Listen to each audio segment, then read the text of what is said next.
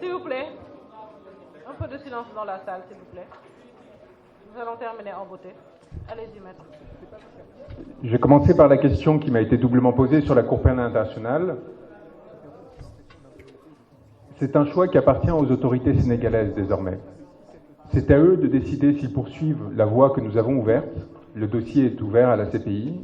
De nombreuses victimes se sont constituées.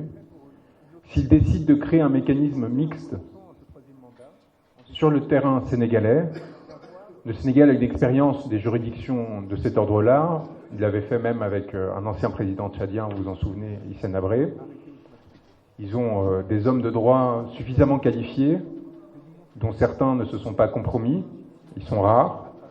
Mes confrères sont les premiers sur cette liste, qui peuvent mettre en œuvre ces mécaniques-là.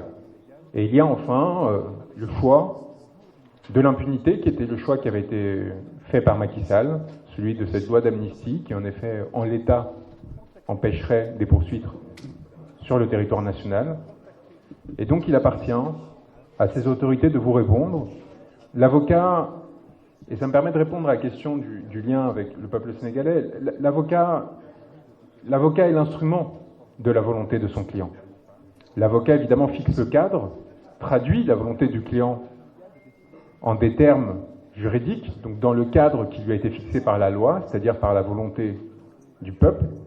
Et quand le client de l'avocat est Premier ministre de son pays, eh bien, il peut lui suggérer de prendre des initiatives pour changer cette loi, pour la faire évoluer, pour l'amener quelque part qui serve son intérêt politique, celui de son peuple, donc, ou y renoncer.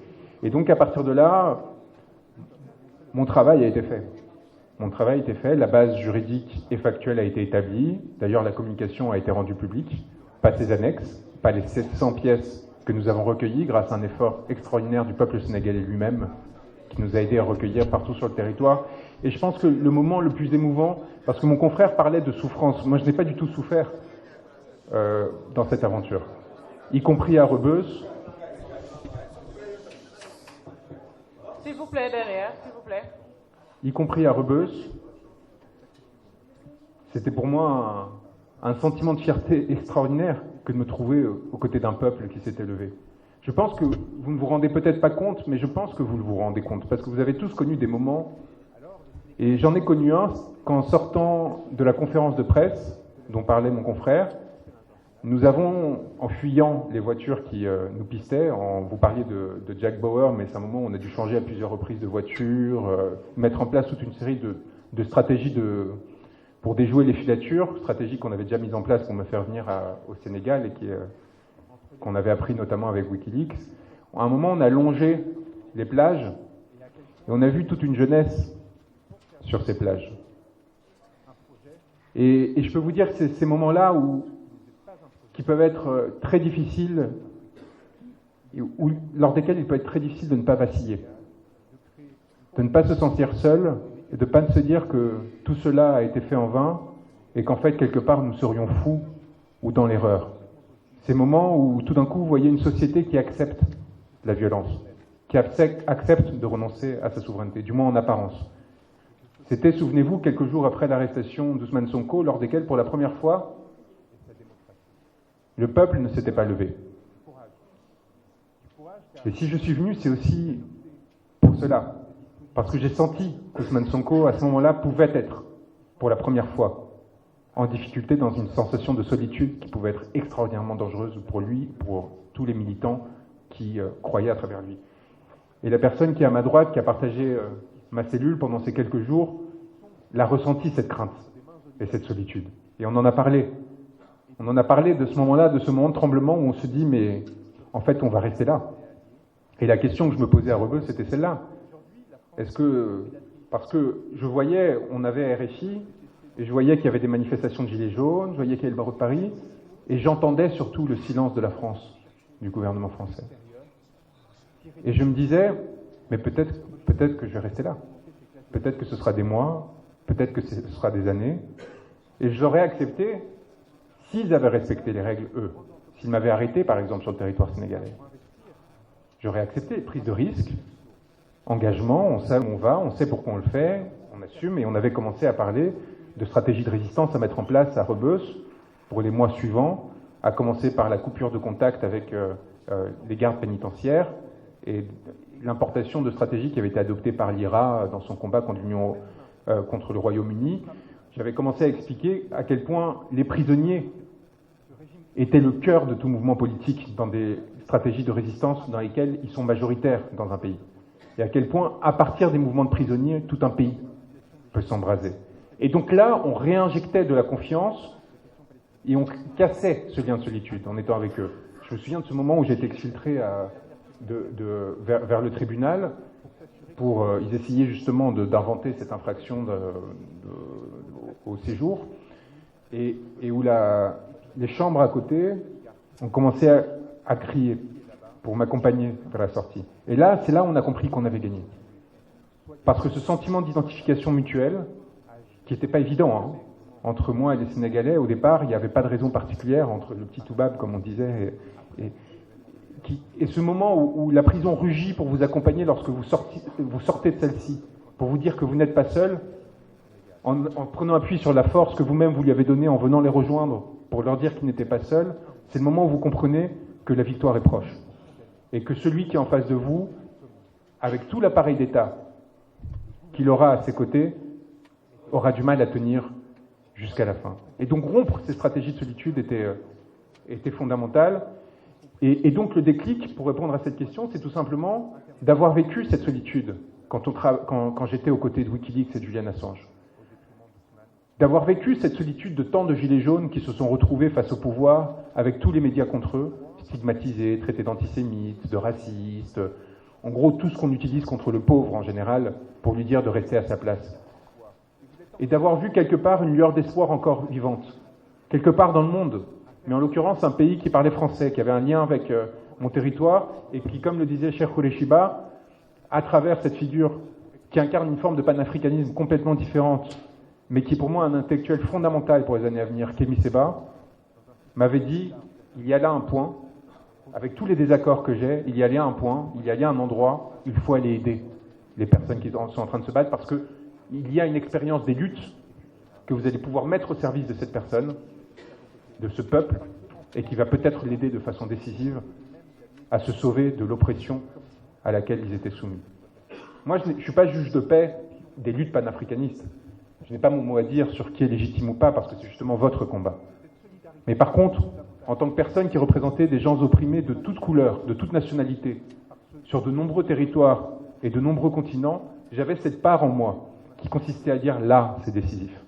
Là, cet étau qui est en train de se resserrer, avec la fausse procédure en diffamation, avec l'accusation de viol, avec les procédures qui arrivent, avec la technicité de mes confrères, qui m'ont permis en quelques semaines d'être un contributeur, non seulement dans l'espace public, mais également dans la rédaction des écritures, avec des nullités sur l'affaire Mbai Nyang, etc.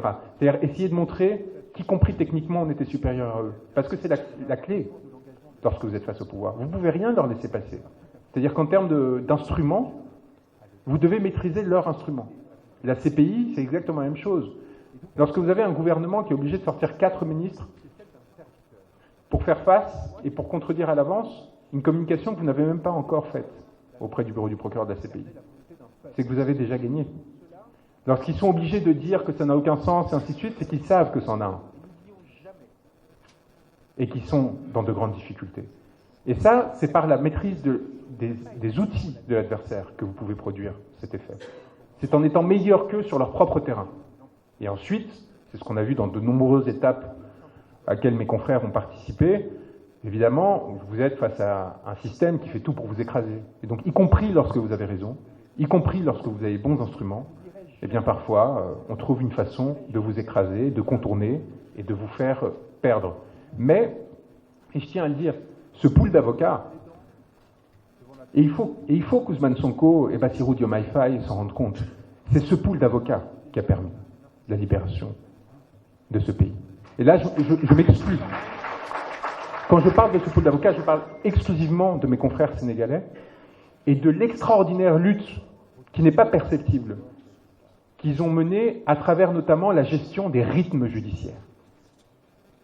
C'est-à-dire la capacité à émettre et à produire des recours au bon moment, en sachant ce qu'ils allaient produire ou pas, quelles étaient les chances ou non de victoire, et en mettant en difficulté les magistrats qui, notamment au sein de la Cour suprême, savaient qu'ils ne pouvaient pas violer le droit, qu'ils pouvaient jouer avec le droit, qu'ils pouvaient tordre le droit, mais qu'il y avait une limite, parce que s'ils ouvraient en fait cette brèche-là, au niveau de la Cour suprême, c'était fini. Soit l'autorité de la Cour suprême s'effondrait définitivement, soit ils permettaient à d'autres personnes de rentrer dans cette brèche, et ils créaient du coup une situation d'insécurité juridique extraordinaire. Et ils ont su pousser dans leur retranchement. Et si la seule chose qui fait franchement ma fierté, c'est d'avoir pu avec eux chercher ces failles et avoir eu ces discussions extraordinairement techniques parfois en droit sénégalais pour essayer de trouver l'espace qui nous permettrait de gagner encore quelques semaines, de permettre encore à Ousmane Sonko quelques semaines d'avoir espoir, parce que je peux vous dire que si les condamnations avaient été définitives en septembre, en juin, en septembre, en octobre, en novembre, c'était fini. En fait, notre objectif et notre mission était laquelle? C'était de le déposer aux portes des élections, au point où ils ont voulu justement retarder ces élections parce qu'ils étaient à bout d'arguments juridiques. C'est ça ce qui s'est passé. Et du coup, ils se sont mis dans une situation où l'apparence formelle du respect du droit n'était plus respectée, ce qui a forcé la désolidarisation, notamment des États-Unis. Et là, en fait, le droit provoque une bascule géopolitique, parce que les États-Unis savent, ils ont des dispositions qui les empêchent, par exemple, de collaborer avec des États qui ont subi un coup d'État. Et c'était ce qui était en train de se passer au Sénégal. Et donc, en fait, avec la pression des sénateurs démocrates sur l'administration Biden, lié à ce travail qui a été fait et dirigé par Bamba Cissé, à partir de là, évidemment, la brèche qui s'ouvre et l'enchaînement qui permet de sortir de la dépendance et de la soumission que la France avait générée, cette acceptation tacite de cette noirceur qui commençait à s'infiltrer dans le Sénégal, et la libération précipitée, et évidemment la victoire extraordinaire permise par les forces des patriotes. Voilà ce que je voulais dire sur la question du déclic, et sur la question, peut-être ça me permet de finir sur la question du rôle de l'avocat qui, à mon sens, doit épouser son client. Il doit l'épouser, et la passion que j'ai pu ressentir, quelqu'un me demandait de hiérarchiser mes clients, de voir quelle place avait Ousmane Sonko parmi eux. Les clients les plus importants sont ceux qui ne sont pas encore libérés, y compris lorsque j'ai cessé de travailler avec eux, comme Julian Assange aujourd'hui, comme Noël Daufour, le grand frère en Guadeloupe. C'est ceux-là qui vous arrachent une part de votre cœur, qui reste à leur côté. Mais pour le reste, que ce soit Ousmane Sonko, Falla Fuller, même si je ne l'ai pas représenté directement à ce moment-là, mais plus tard, Papa Abdoulaye Touré et d'autres, que je les ai accompagnés pendant cette période, ou après, qu'ils soient anonymes ou pas, vous avez vu en fait un engagement intense et qui a pu apparaître extraordinaire pour Ousmane Sonko, mais c'est parce que c'est Ousmane Sonko qui était dans une position extraordinaire. Et cette position extraordinaire, c'est vous qui lui avez donné. Il portait un peuple. Mais cette passion-là, et je pense que c'est le propre de beaucoup de pénalistes, c'est tout simplement une passion qui s'étend à tous ceux qu'à un moment donné vous décidez de défendre et de protéger.